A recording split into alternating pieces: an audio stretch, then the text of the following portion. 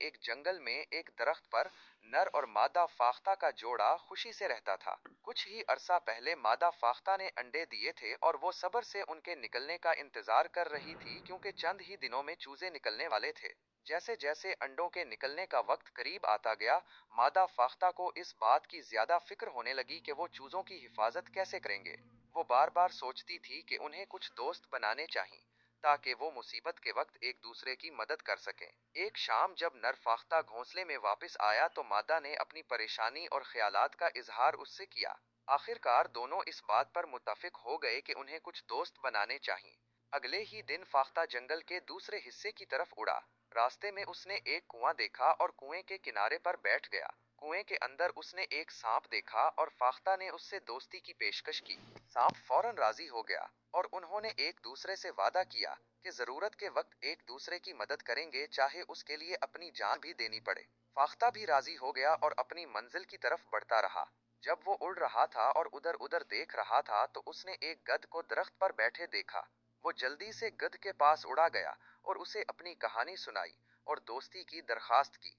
गध भी फौरन राजी हो गया और कहा, मेरा एक बहुत अच्छा दोस्त आलू है, तुम्हें इससे भी दोस्ती करनी चाहिए। फाख्ता राजी हो गया और गध ने आलू को बुलाया। आलू भी मदद करने और फाख्ता से दोस्ती करने पर राजी हो गया। उन्होंने एक मुआहिदा किया कि वो मुसीबत के वक्त एक दूसरे की मदद करेंगे। उसके बाद गध फाख्ता के लिए कुछ दाने लाया, जिसे फाख्ता ने शुक्रिया के साथ खाया। फिर फाख्ता ने रुखसत ली और घर की तरफ रवाना हुआ। जब वो घर पहुंचा तो मादा फाख्ता बेताबी से उसका इंतजार कर रही थी। उसने पूछा कि क्या उसने कोई दोस्त बनाया है, और नर फाख्ता ने पूरी कहानी सुनाई, जिससे वो बहुत खुश हुई। कुछ दिन खामोशी से गुजर गए, लेकिन एक शाम एक शिकारी जंगल में दाखिल हुआ। वो सारा दिन शिकार करके थक चुका था, लेकिन उसे कुछ नहीं मिला था। वो इस दरख्त के नीचे आराम करने के लिए लेट गया जहां फाख्ता का घोंसला था। अचानक उसने फाख्ता का घोंसला देखा और सोचा कि उसमें चूजे हो सकते हैं जिन्हें वो पकड़ सकता है। चूंकि अंधेरा हो रहा था, शिकारी ने दरख्त के नीचे आग जलाई और उस पर चढ़ना शुरू कर दिया। दरें इस ना घोंसले में मौजूद फाख्ताएं परेशान हो गईं।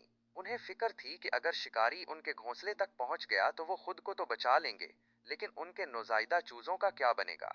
अचानक फाख्ता को अपने दोस्त याद आए। वो जल्दी से गध के पास उड़ा और उसे दरख्त पर ले आया। शिकारी अभी घोंसले से बहुत दूर था। फाख्ता और गध ने मिलकर काम किया। करीबी नदी से अपनी चोंचों में पानी भरकर आग बुझा दी। जब शिकारी ने दोबारा चढ़ने की कोशिश की तो उन्होंने एक बार फिर आग बुझा दी। मायूस होकर शिकारी नीचे उतर आया और आराम करने का फैसला किया, ये सोचकर कि वो सुबह की रोशनी में दरख्त पर चढ़ेगा और अपना शिकार पकड़ेगा। वो सो गया। फाख्ता ने शिकारी का मंसूबा समझकर गध का शुक्रिया अदा किया और उसे रुखसत कर दिया। फिर वो जल्दी से सांप के पास उड़ा और सूरत हाल की वजाहत की। सांप ने उसे तसल्ली दी और कहा, फिक्र मत करो, मेरे साथ आओ।